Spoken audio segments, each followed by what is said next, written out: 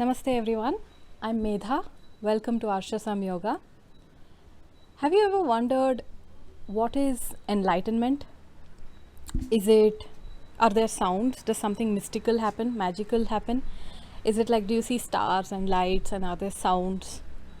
Do the heavens really sing and the celestial beings dance upon your enlightenment? Do you die? Do you expand? Do you become superhuman? Do you have superpowers? What actually happens at enlightenment? So, as spiritual seekers, we have heard this word moksha, enlightenment, liberation, mukti, and yet there seems to be a lack of clarity about what exactly is moksha. What is the nature of this enlightenment? Enlightenment, the simplest way to put it, is happiness. It seems too simplistic, right? Like, I'm happy right now. But no, there are two conditions for this enlightenment happiness. The first condition is that it is a permanent happiness. So right now the happiness you experience comes and goes. We call it mood swings, right? So you're suddenly happy and then suddenly you're down in the dumps for no reason at all. And then again you're peaceful and normal and happy. And this swing keeps happening. This enlightenment happiness is a permanent kind of happiness. It only comes, it doesn't go after that. So it is here to stay. The second condition is that it is undisturbed happiness.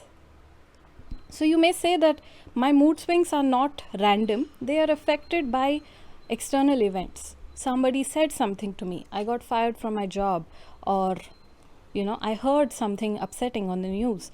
Whatever reason, there's something external happened and now I am upset. So it is affected by events of the world, by the situations of your life. But this enlightenment happiness remains unaffected by whatever happens. So enlightenment is permanent, unaffected happiness. Total and simple happiness. Now, what is blocking this happiness? What is preventing you from being happy? Obviously, unhappiness, right? So, our unhappiness seems to come from external objects. The outside world seems to trigger us and make us sad, angry, unhappy, panicked, fearful, so many things. But now let me ask you, do all these emotions belong to you or to the world? So I'll give you an example. So my sister is scared of cockroaches, whereas I'm not. I'm scared of worms, but she's not. So we help each other out whenever the situation comes. But tell me, does the fear reside in the cockroach or the worm? If the fear belonged to the cockroach, then everybody universally must be affected by the cockroach. They would not. There are some people who in fact like cockroaches, and there are some people who are totally panicked by cockroaches. But if fear is an attribute that belongs to the cockroach, then everybody must be equally and uniformly affected by that fear. But that doesn't happen. We are affected by varying degrees. Another example, see, the leaf here is green, and green is a property that belongs to the leaf, and that is why universally everybody sees green as the leaf, right? But they don't see that in the same with fear or unhappiness. Although we like to blame the external world and we like to say that my unhappiness has come from outside, actually that is not the case. The unhappiness resides in the mind itself. The unhappiness is your own thought, and this is a thought that is blocking your happiness.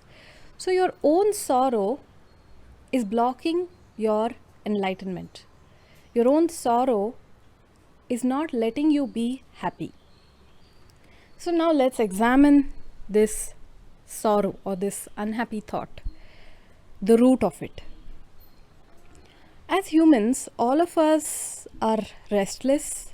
All of us have a sense of some internal kitch, And because of this, we keep running around, we keep doing things, we keep trying to acquire things. We acquire skills, objects, we get into relationships, get out of relationships.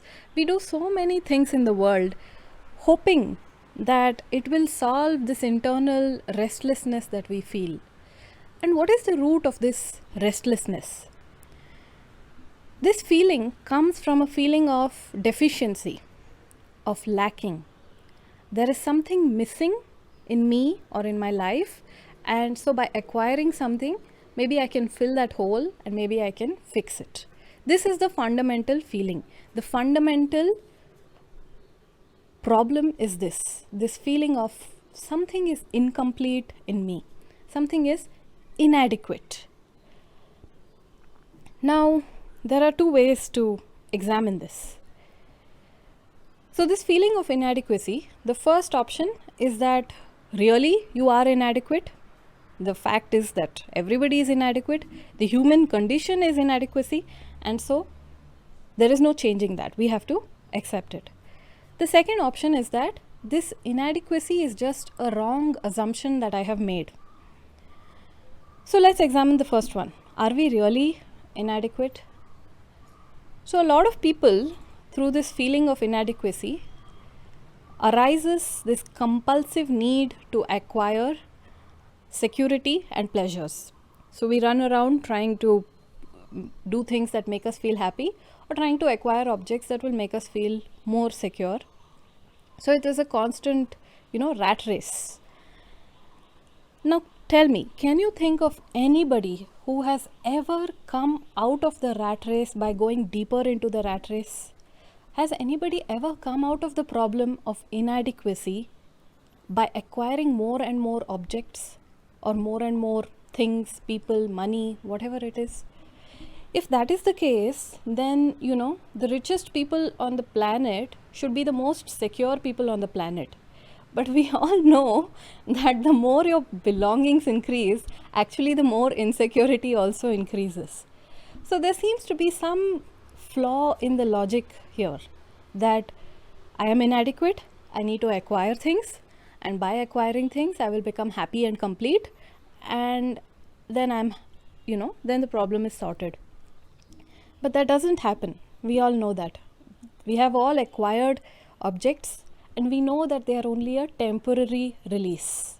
They only give you some temporary satisfaction, and then you're back to craving the next object, and you want the next thing. Or maybe you see somebody else and you feel, I need the next skill, I need the next car, the next house, I need the next job, promotion, and it goes on and on. When does it stop? Is there even a stop to this? And from our own experience, we know that it is an endless cycle. So this cannot be the solution, obviously. Which leaves the other option, that the inadequacy is just a false feeling. That actually it is just a mistake I have made. It is a wrong conclusion that I have drawn about myself. And so what if I told you that actually you are not incomplete, you are not inadequate, but you are whole, you are complete, and you are enough, you are total.